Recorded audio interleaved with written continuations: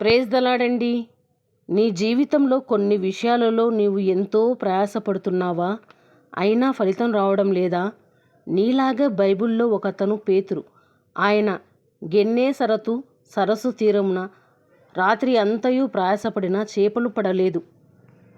ప్రొద్దున ఆ సరస్సు తీరానికి యేసయ్య వచ్చి, అంటే ఎవరైతే ప్రయాసపడుతున్నారో ఫలితం లేదో వారి వద్దకే యేసయ్య వస్తాడని అర్థం. ఆ సరస్సు తీరానికి యేసయ్య వచ్చి జనసమూహాలకు వాక్యాన్ని బోధిస్తుంటాడు. జనసమూహాలు యేసయ్య మీద పడుచుండగా అక్కడ ఉన్న 2 దోణుల్లో సీమోను పేతురు దోణిలోకి వచ్చి జనాలకు వాక్యాన్ని బోధిస్తుంటాడు యేసయ్య. వాక్యాన్ని బోధించడం అయ్యాక మీ వలలు వేయుడని అక్కడున్న వారితో యేసయ్య చెబుతాడు. పేతురు, జెబెదయి కుమారులు కూడా అక్కడ ఉంటారు. సీమోను పేతురు, ఏలినవాడా, మేము రాత్రి అంతయు ప్రయాసపడితిమి గాని మాకు ఏమీయూ దొరకలేదు.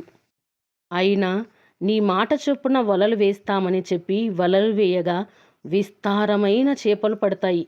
అప్పుడు అక్కడున్న వారందరూ విస్మయం పొందుతారు. ఎందుకంటే వారు జాలరులు. ఏ సమయంలో చేపలు పడతాయో వారికి తెలుసు. ఈయన ఒక మాట ఆజ్ఞాపింపగా విస్తారమైన చేపలు పడ్డాయని, ఈయన ఎవడో గొప్పవాడు, ఈయన మాటకు ఎంత శక్తి ఉందని ఆశ్చర్యపడి పేతురు, నేను పాపాత్ముడని యేసయ్యతో చెప్తాడు. అందుకు యేసయ్య, భయపడకుము, ఇప్పటి నుండి నీవు మనుషులు పట్టువాడవై ఉందువని పేతురుతో చెప్తాడు. అప్పుడు పేతురు, యాకోబు, యోహాను వారు దోణిని దరికి చేర్చి సమస్తమును విడిచిపెట్టి యేసయ్యను వెంబడిస్తారు. ఇక్కడ ఒక విషయం గమనించాలి. యేసయ్యకు పేతురు దోణిని ఇవ్వడం అంటే మన జీవితంలోకి, మన హృదయంలోకి యేసయ్యను ఆహ్వానించడం. యేసయ్య మాట చొప్పున వల వేయడం అంటే యేసయ్య మాటకు లోబడడం.